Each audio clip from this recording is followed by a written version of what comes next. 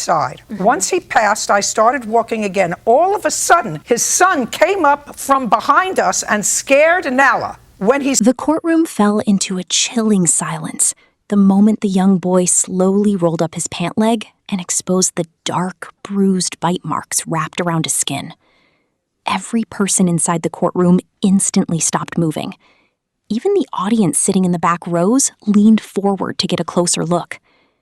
What had originally sounded like a routine neighborhood dog bite dispute suddenly transformed into something far more emotional, tense, and disturbing.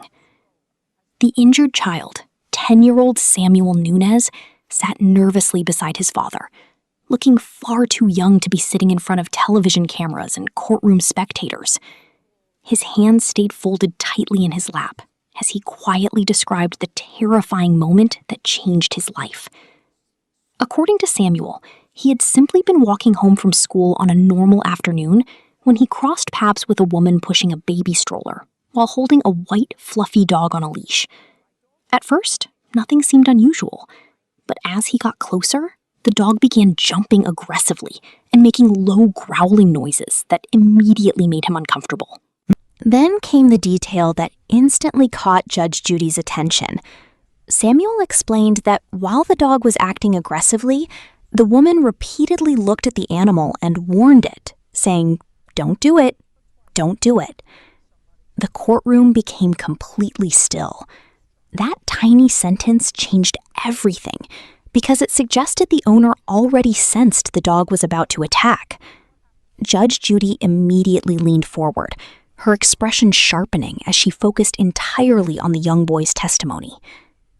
Samuel explained that as he carefully walked past the woman, the dog suddenly moved around behind her body and bit him directly on the leg without warning. He described the pain, the shock, and the fear that rushed through him in that moment before he hurried home frightened and confused. Judge Judy then asked the question everyone was thinking. What did the woman say after her dog bit you? Samuel quietly answered, "Nothing." The simplicity of the response made the moment even more emotional. No apology, no concern, no panic, just silence.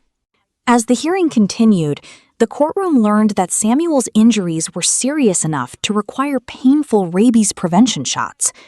The young boy explained that doctors gave him injections in both arms and both legs because officials were initially unable to confirm the dog's medical status. Several people inside the courtroom visibly reacted when Samuel calmly described the treatment, sounding far older than a child his age should have sounded. Judge Judy carefully listened while Samuel's father explained how stressful and frightening the entire situation had become for their family. But then, the case took an even darker turn. Samuel's father revealed that the very next day, another person had allegedly been bitten by the same dog. Suddenly, what seemed like a single unfortunate accident started looking like a dangerous pattern of aggressive behavior. According to the father, police became involved after the second reported attack, eventually helping identify the dog and its owner. The atmosphere in the courtroom immediately shifted. The possibility that the dog may have attacked multiple people in consecutive days added an entirely new layer of tension to the hearing. Judge Judy quickly requested the incident reports, clearly recognizing that this information could completely change how the case was viewed. But the moment the reports were mentioned, the defense immediately became defensive.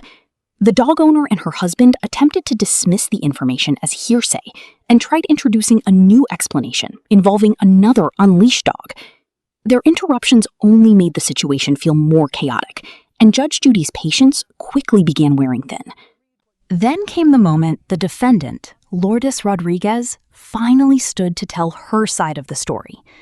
At first, she appeared calm and confident, speaking carefully as though she had practiced every sentence beforehand. She explained that she had been walking with her baby in a stroller while holding the dog on a leash when Samuel approached. According to Rodriguez, she moved to one side respectfully because she understood some people were nervous around dogs. But the deeper she went into her explanation, the more uncomfortable Judge Judy became. Rodriguez claimed she had directed Samuel to walk around them safely, but Judge Judy immediately interrupted her with a sharp question. Why would you direct a child to walk around a dog that was already agitated? The defendant froze for a brief moment, clearly caught off guard. She quickly tried changing her wording, saying she did not verbally direct him, but simply move to one side. Judge Judy instantly sensed the inconsistency. Years of courtroom experience had taught her how to recognize when someone was carefully reshaping a story while speaking. Rodriguez continued explaining that after Samuel passed them, the dog only barked and the child simply walked away without reacting. But the explanation sounded overly rehearsed, and Judge Judy began picking apart every detail. Then came the devastating moment that completely shattered the defense. Judge Judy suddenly pulled out the defendant's own sworn written statement and began reading it aloud in front of the courtroom. The atmosphere immediately became tense as everyone realized something important was coming. In the statement, Rodriguez had previously claimed that after Samuel passed them, he came up from behind and startled the dog, causing the animal to react to protect us. The courtroom fell silent again. That critical detail had been completely absent from the story she had just told moments earlier. Judge Judy stared directly at Rodriguez and asked, "What part of that didn't you tell me today?" The defendant nervously attempted to explain herself by claiming she had only given the simple version of events, but Judge Judy immediately shut the excuse down. Then came the line that completely destroyed the defendant's credibility and sent quiet laughter through the courtroom audience. "If you tell the truth, you don't have to have a good memory." The statement landed like a hammer. In that instant, the courtroom could feel the defense collapsing in real time. Judge Judy made it clear she no longer believed the defendant's carefully crafted version of events. The contradictions were simply too obvious. But Judge Judy wasn't finished. Drawing from her decades of experience owning dogs herself, she began analyzing the animal's behavior in a way that completely changed the emotional direction of the case. She asked Rodriguez how long she had owned the dog, learning that the animal had been part of the family for 5 years before the arrival of a new baby. Judge Judy then explained something that immediately made the courtroom uneasy. Dogs can experience dramatic behavioral changes after a newborn enters the home. She suggested that the dog may have become jealous, anxious, or territorial after no longer being the center of attention. Rodriguez tried denying that possibility, insisting her dog was loving and gentle, even offering photographs showing the dog peacefully sitting near the baby. But Judge Judy was unmoved. She warned the defendant that many owners ignore early warning signs because they desperately want to believe their pet would never seriously hurt someone. According to Judge Judy, the owner should have recognized the dog's agitation immediately and moved away from the child entirely instead of allowing him to walk close to the animal. Her criticism became sharper and more personal with every sentence. She made it clear that, in her opinion, Samuel had done absolutely nothing wrong. He had not provoked the dog, threatened the dog, or acted aggressively in any way. He was simply a child walking home from school. The tension reached its peak when Rodriguez continued insisting her dog was not dangerous, despite the bite, and despite the allegations of a second attack. Judge Judy finally snapped back with brutal honesty, pointing out that the defendant had now told multiple versions of the same incident, while still failing to provide a single believable justification for why the dog bit an innocent child.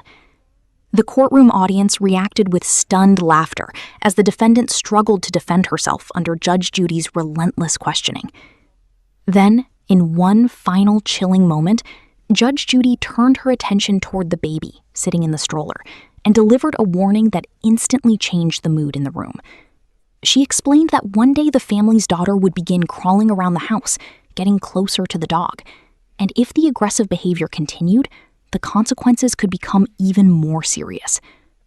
The warning visibly shook the defendant, whose confidence had completely disappeared by that point. Judge Judy believed the owner had already been given clear signs that the dog's behavior was changing, And now a young boy had suffered physical injuries and emotional trauma because those signs were ignored.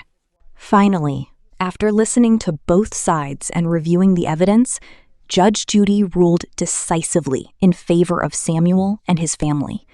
The verdict was more than just a financial judgment. It was a public condemnation of irresponsible behavior and dishonesty in the courtroom.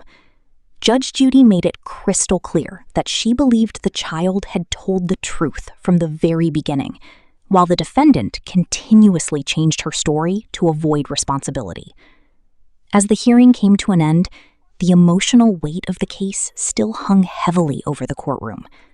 What started as a seemingly ordinary dog bite lawsuit had transformed into a powerful lesson about accountability, denial, and the dangerous consequences of ignoring warning signs. And long after the cameras stopped rolling, one thing remained unforgettable. Judge Judy didn't just expose a contradiction, she exposed a truth the defendant had been desperately trying to hide from the very beginning.